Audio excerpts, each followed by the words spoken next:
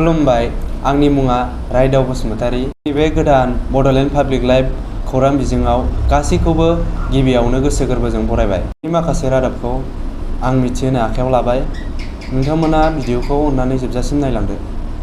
थिपकाइ सिलगिखाता part 1 गामियाव थांनाय 30 मेनि हरनि समाव हाग्रानि मैदेर फैनानै न' बांजों लोगोसे आबादफोरखौबो खहा खालामदों। बाक्सा जिल्ला बरबरिनि निहारिका बसुमतारीया मिस डिविन इन्डिया फेशन श' देरहासारनो हादों। DGP GP सिंहआ लामानि गिख्रंथाव जाब्रबथायफोरखौ नोजोर होनानै रायजोनि बांसिन जाब्रबथाय जाग्रा मोन 7 जिल्लाफोराव ट्राफिक नेम-खान्थिखौ गोख्रोंसिन खालामनो बिथोन होदों।